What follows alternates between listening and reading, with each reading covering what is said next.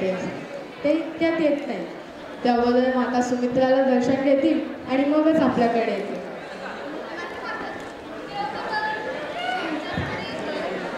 संस्कारी पुरुष आहे त्याने.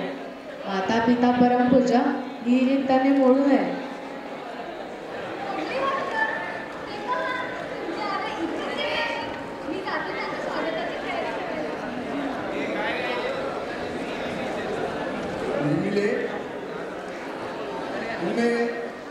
आलात मातेचं दर्शन करू.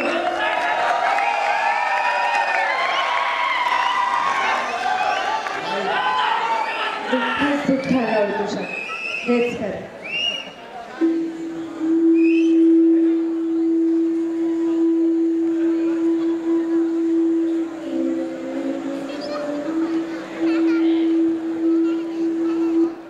इतक्या वर्षांच्या विरहानंतर आलेल्या तुझ्या लक्ष्मणाकडे तुला बघावंसं सुद्धा वाटत नाही? माझ्याशी बोलायचं नाहीये का? तुझं हे वागणं चुकीचं नाहीये, तुझा हा अबोला निरर्थक नाहीये, पण तू माझ्याशी बोलावं असं मला फार वाटतं. तुझा तो सगळा राग, सगळा तिरस्कार तू माझ्यासमोर उधळावा असंच मला वाटतं.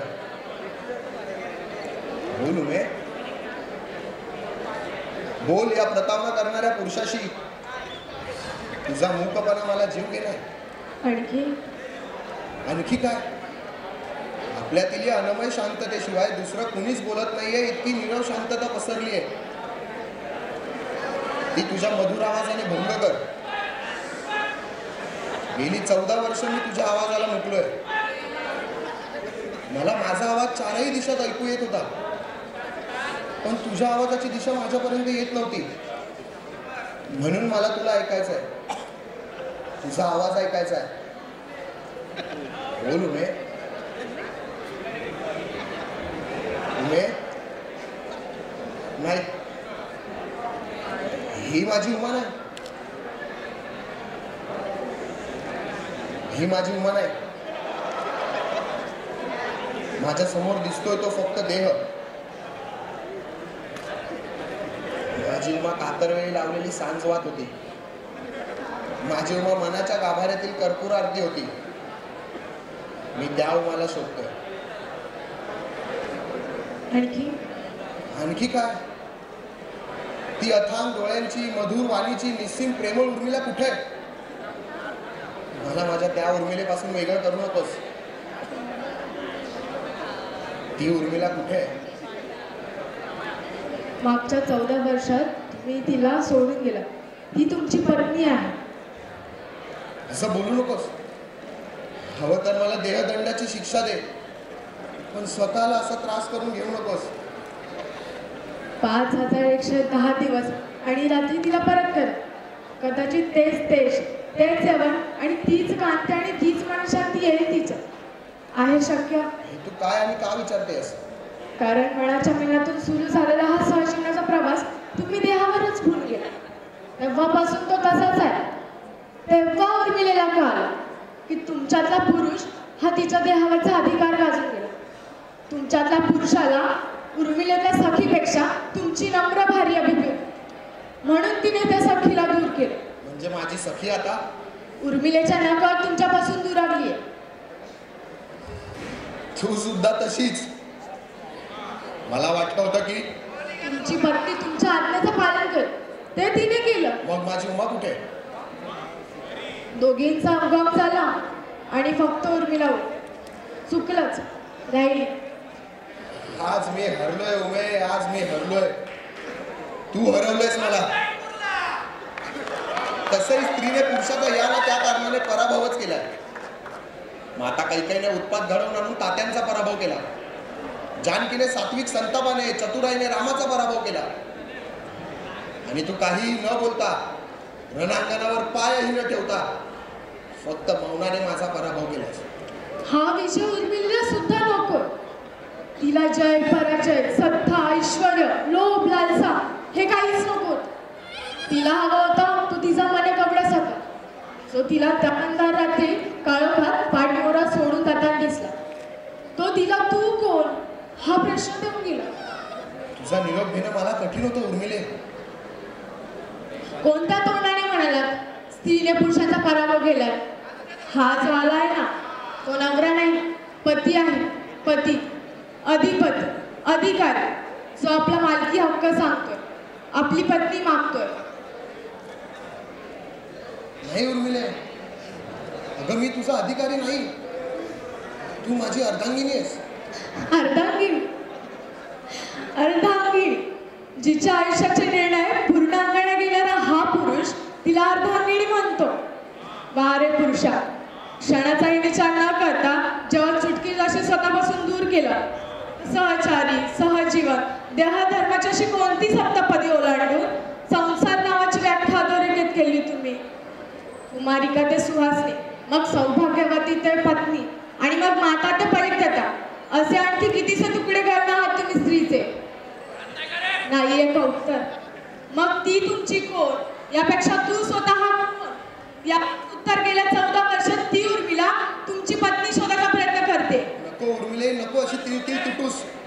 अगं तुझ्या इतकी अजिबात नाही. अजिबात नको तुमच्यातला धूर्त पुरुषाचा माझ्या प्रतीचा मोठेपणा. नसेल मी तत्वज्ञ, नाही घेतले मी तत्वज्ञानाचे पाठ, म्हणून माझ्या जीवनाला अशी हीन प्रतीक्षा. काय अर्थ आहे या जीवनाला? नको असं वेड्यासारखं वागूस. वेळ, माणसाचं मन हे वेळच असतं. बायकांची मन तर वेड्या म्हणून वेळ. ज्याची आशा नाही त्याची वाट नाही. तिला ध्यास होता तू तिच्या सख्याचा, त्याच्या वेदनाचा उकलवण्याचा. तिला ध्यास होता तू त्याच्या सुखाची उकलवण्याचा. पण हा ध्यास तिच्या पूर्णत्वास गेलाच नाही.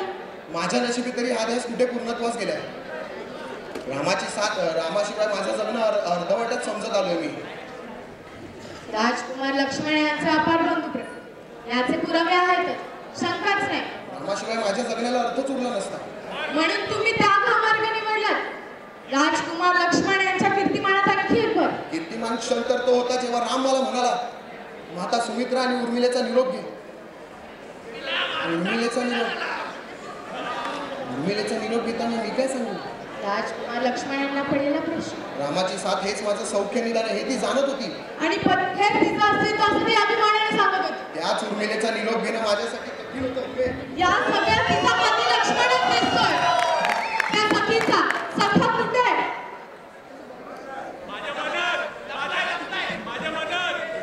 एक क्षणात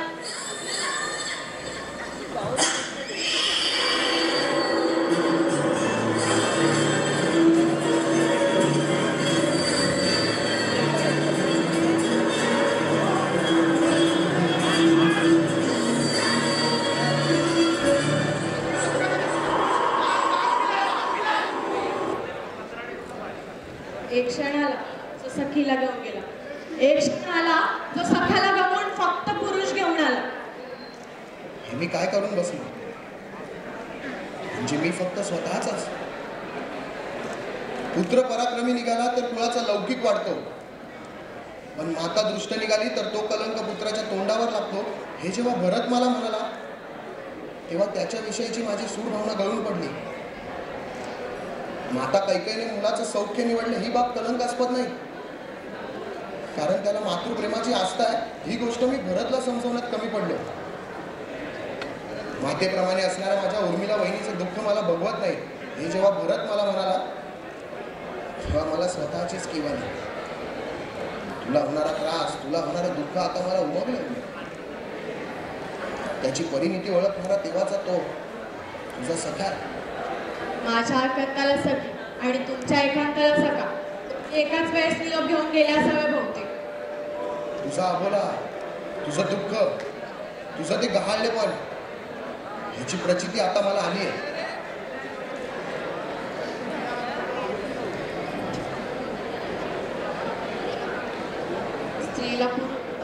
स्त्रीला अर्धांगिनी देणारा हा पुरुष निंदेसह कुठल्याही स्त्रीवर अदृश्य अधिकार असतो तो तिच्या सख्याचाच. हे जाणणारा तिचा सखा चुकीचा बोलला हे अगदी इथून आतून उमगलंय मला. चुकीचा शब्द प्रचलित होतोय समाजात. कुठली स्त्री पुरुषाची अर्धांगिनी नाही तर पूर्णांगिनीच असते. ते सगळं दुःख, दाह, कष्ट, पीडा विसरून पुरुष नावाच्या अहंकारी इस्माला माफ करणारी स्त्रीच असू शकते. तुमच्या इतकं श्रेष्ठ हृदय आणि मोठं मन कुठल्याच पुरुषाला लाभणार नाही. म्हणून तर पुरुषाचं अस्तित्व घडवण्यात स्त्रीचं मातृत्व केव्हा ईश्वरत्व गाठतंय तिचं तिलाही कळत नाही. अचूक आहे तुझा कल. हा जो आला आहे तुझा पती नाही, सखा आहे. यापुढे आपल्या आयुष्याच्या आयनाचा उच्चार होईल ना होईल, पण तुझ्या या सख्याची ओळख उर्मिलेचा लक्ष्मण अशीच करून दिली जाईल. तुझ्यापासून तुझा सखा दुरावलाय याची शिक्षा जर अंतिम श्वास असेल तर तीही भोगायला मी तयार आहे. पण त्याआधी माझं पौरुष जे करू इच्छित त्याला अडवू नकोस, त्याचा स्वीकार कर. ईश्वर मी प्रत्यक्षात पाहिला नाही, पण तूच माझा परमेश्वर आहे हे मी शेवटच्या श्वासापर्यंत सिद्ध करत राहील. मला माफ कर उर्मिले.